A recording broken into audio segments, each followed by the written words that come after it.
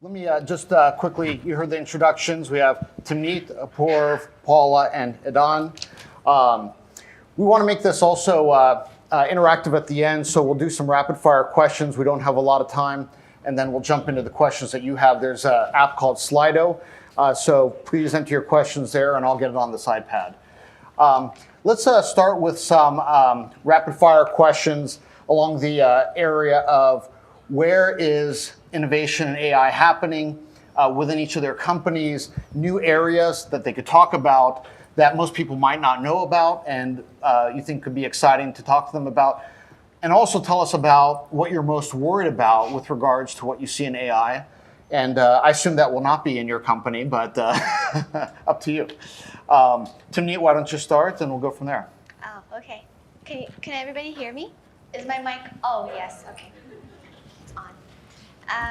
So where are the innovations happening in machine learning? And specifically for you and Google that you can talk about that you're most excited about. So personally, my background is in computer vision and in machine learning, and right now I don't know what to call what I'm doing. I'm focused a lot in transparency. So I don't know if this is a later question, but personally, I actually think what I really want the community to focus on, and that we're starting to focus on, that I'm happy about, is just basics, not new algorithms, not like, we have a fixation in my community, my research community, with new models and like new state of the art, et cetera, et cetera.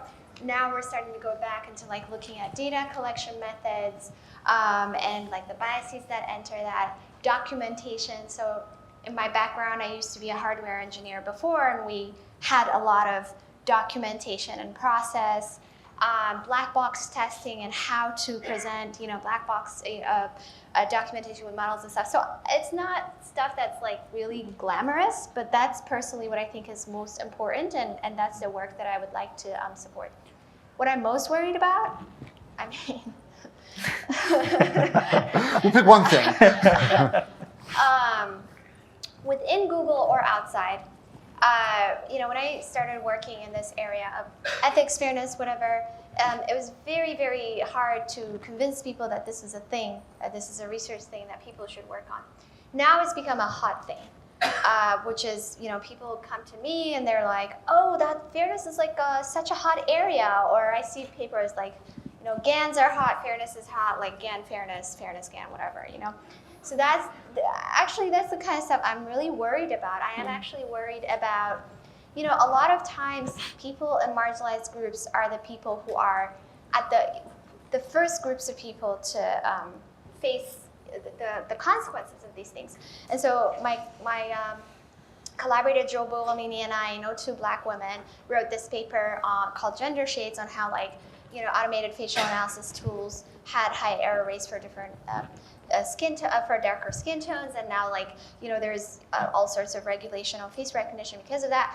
But it took us to write that paper, right? Because we were firsthand experiencing these things, and I worry about this swooping in and coming in and kind of sidelining marginalized groups when they're talking about their worries about ethics and fairness, not listening and working and collaborating with them. So people call this helicopter science, or we see it in international relations too, where people who are not in, let's say, developing countries going and trying to save the people in developing countries without kind of working with the researchers. They're actually collaborating there. So honestly, again, I know my background is technical but the things I find I'm worried about right now these are the things I'm worried about. Great.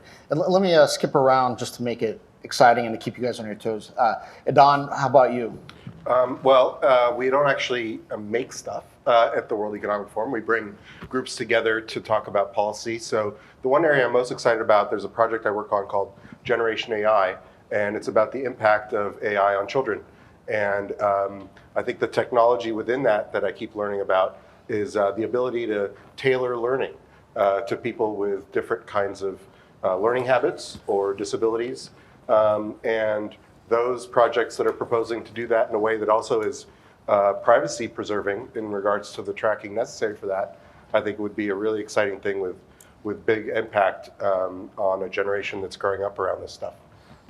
In terms of what worried about, I think, again, with stuff that on the policy level, the part where I don't think there's any actual agreement on, the lethal autonomous weapon systems, and the fact that there's, I think, as far as I understand it, stalling at the UN level with any kind of agreement across countries. I think it's concerning what may happen to that without any kind of agreement. Great. Paula? Yeah, so one of the big thrusts of what Salesforce is doing with AI is an intent to democratize it, right? And so providing tools that are, in some cases, low code or no code to be able to deploy our AI products. And so there's a couple of things that we're doing that I'm super excited about in that capacity. One is, we've got a whole backlog of ethical features to enable our customers to make sure that they're using these tools responsibly. So for example, a feature we released earlier this year enables customers to see like, okay, hey, you've got a data category that appears to be looking at zip code, which can be a proxy for race. Sure, you want to do that. I'm excited about that. I'm excited about our commitment to scale up jobs, right? We just recently committed to creating 1 million jobs for people without necessarily college degrees to get into tech. And when you think about the whole conversation about AI, hyperbolically destroying tons of jobs, part of democratizing technology is democratizing access to technology, and including for people from non-elite backgrounds. One of the things there's so many things that are also worrying, or from an ethical perspective, to me is stole my thunder on facial recognition, and she is the expert on that. I'll say the thing that affects me most personally is the algorithm that keeps me addicted to my phone. I don't know how many of you guys have kids, but I have a 3.5-year-old daughter who frequently says to me, "Mommy, no phone," right? So we sometimes think about the ethical implications that are way out there in the future, but there's stuff that's affecting us here and now. And Paul, let's kind of continue with your experience at Salesforce. So, how do you think about kind of the ethical frameworks that you create? How does that instantiate itself in the products generally that Salesforce builds? But also, if we have an audience of people who are entrepreneurs, they may or may not be Salesforce customers, but they're building their own products. How do they think about? They can't afford a chief ethical and humane officer. How should they be thinking about some type of framework or some type of resource that could help them not make some unintended mistakes? Yeah, great question. And I will say, before I came to Salesforce, I spent many years investing in early stage companies from a mission-driven lens. And I think it's one of the most important things that you can do when you're starting a company or investing in an early stage company, to be thinking about not just the good that you're trying to create in the world, but what some of the stuff that might happen, whether or not you intend it to happen with your technology. What we've created at Salesforce is a broad, sweeping process, essentially, to both integrate these questions into the early stage of how technology gets designed, and we're just starting to do that. But also to enable employees and stakeholders to raise concerns about how technology is used. Lots of channels that we've created for employees to raise red flags. And then we've created a council that includes both external members, internal members, frontline employees. We sit there and debate those questions, and in some cases change policy around those questions. So, no matter at what stage you're at in the development of a company, you can tailor the level of effort as appropriate to this stage, but it's never too early to think about it, because it's a lot harder to change the direction of a massive company than it is when you're early and nimble, and you can actually design this stuff really into the core architecture of the products that you're building. Great. Let me switch gears a little. To meet, everybody in this room uses Google. We trust that Google does the right thing. We hope it does the right thing. But what is the framework that Google uses to decide what's right and wrong, and who makes that decision? And for you, as somebody as a researcher, there's certain things that are probably easier to comply with. what are the more nuanced things that are actually very hard for the engineers to make sure they're not tripping over something that they shouldn't? So, so Google is like a huge place, right? And so I'm a research scientist, and I run a small research team called Ethical AI Team. So within our research team, we try to come up with certain kind of either some technical, model. I hate the term debiasing, so I'll say ways of mitigating bias in the model side, or analyze some sort of what's happening in the data, etc. But one of the big things we're doing right now is, like I said, trying to institute process. So we, for example, have created a series of papers, right? One of them is called Data Sheets for Data Sets. The other one is called Model Cards. I know you guys are. So I love, in this field, in this area, I think it's really important to have industry-wide things and collaboration, right, rather than competition. So that's why I was looking at her, because I know that at Salesforce, I've been talking to a lot of people at Salesforce who are trying to institute the same things we're doing. So the idea here is, like Paula was saying, it's really hard to change what a large company is doing, right?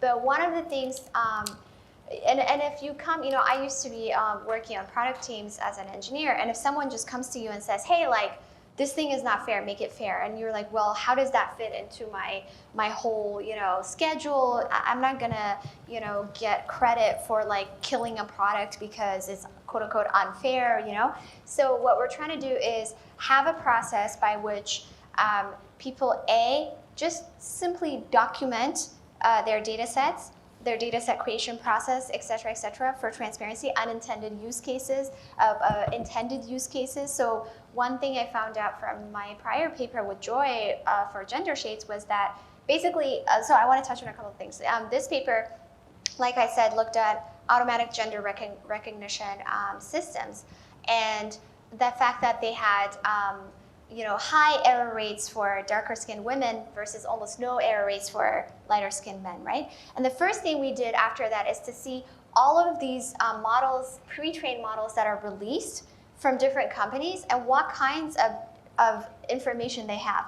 So you have a model that can be used by law enforcement, you have a model that can be used by judges, you have models that can be used across many, many different sectors of the industry, right? And but like each of these models have to have different kinds of characteristics, right? Like so, what kind of information are you giving people so that they can make informed decisions about whether or not they can use a particular model or not? What kind of information are you giving them about the kind of data sets you're using, right? Like, is your data set just trained on people from 25 to 35, in Palo Alto or whatever? And then so if you don't give me that information, I don't know if I can use this data set for a particular thing or not. So believe it or not, I always say this is kind of the wild, wild west. We were in a position where none of this information was ever available. And so we're trying to like have a company-wide and industry-wide process where this push towards transparency happens. The second thing I want to say is that, Is there a name for this industry consortium that so for example, is trying to set a standard? So I know that like there's a bunch of efforts going on. So within Google, we're working a lot on making model cards and data cards, data sheets, and data cards, which is another thing, not just a research effort, but like something that really comes out with Google products. But then the partnership in AI also is doing something based on model cards and data sheets. So, and I believe IEEE is also thinking of a standardization, and the EU is also thinking about model cards as a standard. So for me, this is great because I think this is an industry-wide problem, and I think there needs to be collaboration. The second thing I want to say is that a lot of times when we talk about this issue, we kind of focus on bias and then say, and kind of focus on equalizing some sort of accuracy metric or something else across subgroups. But there are things that just shouldn't exist. So the automatic gender recognition tool that I just talked about from certain groups, from certain companies, a lot of people have, especially in the trans community, have written about how harmful these automatic gender recognition tools are to the to many communities, but especially to the trans community. So a lot of us believe these tools, this particular tool should not even exist, right? So at least at Google, we haven't released a automatic gender recognition tool. And the way you arrive at this, what's really important to arrive at these kinds of conclusions is who's at the table, who's at the decision-making table. You can have ethics board, you can have great process, you can have whatever, but if you're not representing groups of people who are the most vulnerable, who will be most negatively affected by these kinds of things, then no matter how great your process is, we're not going to come to the right solutions, right? So yeah. Yeah, that's very interesting. And part of that, part of the issues is that again, the government comes into play, with some of these biases and what tools should be there and what tools shouldn't. And the World Economic Forum takes a very strong role in trying to bring together, as you mentioned, multi-stakeholder environments and really bringing the private sector and the public sector together. And so, Adon, if you could talk to what you see there, what is the right role for the government, and who's best practice in the world today, whether it's a country or a state or a different country outside of the U.S. Who do you see as the best at this? Sure. Well, I think we've seen lots of examples of AI ethics initiatives. We actually had someone help us count them across the world. Back in May, it was at 180, and now I'm sure a lot more. We're trying to think about ways to implement these ethical initiatives, these principles, and one of the ways that is particularly relevant to government is in government procurement. And when the government is buying AI, and when the government is decided that that kind of solution is appropriate, we're coming up with guidelines. We're in a later stage of it. It'll be released publicly open for comment, and will be piloted in the United Kingdom and United Arab Emirates and Colombia before the end of the year. And it gives guidelines on what kind of questions should be asked, what is the data governance expectations. We try to get to not just the unintended consequences, I would say also, I think we need these days to be concerned with the unanticipated consequences, whether or not they were intended, and be able to ask the kind of questions that can lead to be able to look at it and analyze it further down the line. The multidisciplinarity of teams is some of the guidance that we propose, in addition to other things, including being able to look through the funding channels and being able to secure those, which we are all learning is more and more important, to think through all these ethical implications. And in terms of governments that are far ahead, we've actually been very impressed and have learned a lot from Canada in terms of their efforts in regards to government procurement in particular, being able to bring the industry together and setting out channels through which procurement can happen and attaching a multi-stakeholder process from the beginning and deciding on that. We'd like to say that what will come out of the UK is great, but that's because we were a part of it. Yeah, there's all sorts of examples that I don't think at this point we're just figuring out how companies are implementing it, and we'll be able to think through later. And for all of us in this room, where maybe we have we kind of operate in U.S. laws, and maybe for some even the California laws. What are you seeing there, and anything that this audience should know in terms of either what's coming down the pipe or what's been legislated that might touch on these issues? I think we should all be thinking about facial recognition and how that gets implemented. We've seen a lot of activities in California, in cities of San Francisco and Oakland, and I would pay attention to that. I also think all of the issues for the long term, we need to urgently now think about bias, as has been said by everyone on this panel, so that problems don't get worse later on. And then I think what happens with the California Privacy Act is something we should pay attention to between now and when it gets passed, to see how it may change and how it can relate to the overall GDPR direction that the world is going in. So there's hiring, I always give this example in my talk, so I just won't name companies anymore. But there are, startups that interview. So what they do is they kind of, instead of recruiters looking at your resume, lots and lots of resumes, they have automated tools looking at those resumes to figure out who should be, considered for an interview versus not. But on top of that, they also have people recorded on camera during their interviews, and then doing emotion recognition on them, and then giving that information, additional information to the potential employer, which is, I'm very much against this kind of thing, because first of all, even emotion recognition, like I'm very careful to say, I want to talk about not internal state. Like I'm in computer vision, and I can't understand how people think that like you can infer internal state using vision. But also, even if you could, like emotions are extremely private. So the whole thing. So in the U.S., we're not catching up to like some of these things that are going on. Like every other, there's another company where they were trying to use replace time cards with, again, emotion recognition type stuff. Because I keep track of a lot of face recognition type things, and what they wanted to do, the hope was once they can in aggregate analyze people's sentiment, and so like, are people happy in this company versus not, et cetera, et cetera. So this is sort of like tracking people, workers, like surveillance, right? So there's a lot of stuff happening, even I'm saying in the U.S., right, without even going all the way to China. Which the regulation hasn't caught up with. Let me, we're in a kind of presidential election cycle. One of the topics that comes up, there's a lot of topics that come up, but one of the topics that comes up is job loss due to AI. And, so I'm not going to pick somebody to answer. We'll see who volunteers. Is that an ethical consideration?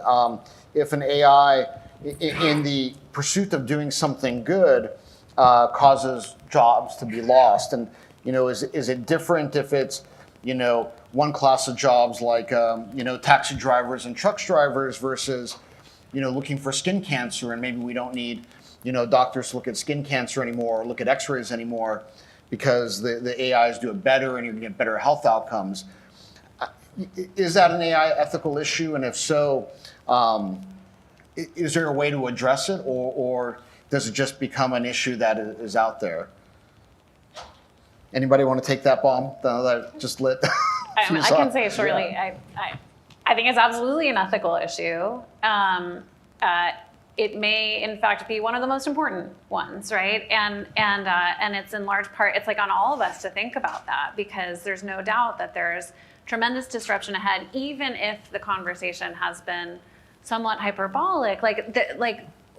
There's no doubt that we need to be thinking about who has access to this technology, whose lives are disrupted by this technology, whose jobs are and livelihoods are disrupted, right? Who's supposed to think about it? Because there's a potential tragedy of the commons issue, and so in your view, is there someone who should be an owner of thinking about these issues?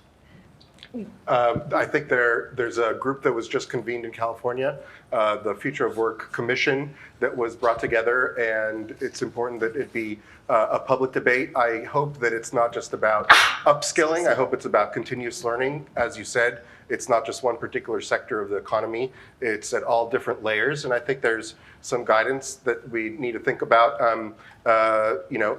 There's that aspect of work and the things we engage in life that involve human judgment. If we can still sort of preserve that at all the different layers of jobs that we have, make sure that we actually protect that and not just happen to leave it over to not be covered, would be a good way to respect people's integrity and dignity in work in the future. I'm kind of going back and forth between some of my questions and the audience questions through the panel. Let me go back through to one of the audience questions, which brings us back to the maybe more technical side, which is, you talk about bias, fairness. A lot of these algorithms are black box. They are becoming more complex. And so how do you address that issue of being able to audit, what is an increasingly complex black box? And it's only going to get worse. Maybe, Tamit, if you want to talk to that. Yeah, I can briefly touch on that. So I think that you audit a black box by sort of answering certain questions about it, right? Like you might not know how it got about to a particular, result, but you want to know when you query it, you want to know what the result is, right? So you want to know for just simple things. You want to know what the false positive rate is by different groups, by different subpopulations. What's the false negative rate? What's the false positive rate? For breaking it down intersectionally for, darker skinned women from this age to this age, lighter skinned men. I'm just giving certain specific examples. Even simple things like that they're not information that are available right now. And so for certain kinds of applications, certain metrics are very important, like false positive rate on a particular demographic, false negative rate on a particular demographic. So that's just a simple example I'm giving. So in our paper, for example, the first paper we did, which was an auditing paper, we wanted to make sure we audited black box commercial products that people paid for, because we wanted to know what exactly was available. Training data information was not available. We had no idea what kind of, we could guess because we're researchers, what kind of models they were using. And then we wanted to know, people say socio-technical systems, right? We wanted to know how people were using it. We wanted to know what kind of documentation was available. So I'm a huge proponent of auditing, black box auditing in that sense. But then also, of course, people are working on more interpretable methods. So there's many different kinds of works on interpretability and how to interpret some of these black box models, which is a different line of work. Great. Well, I think that's all the time we have. Please join me in thanking the panelists for a good discussion.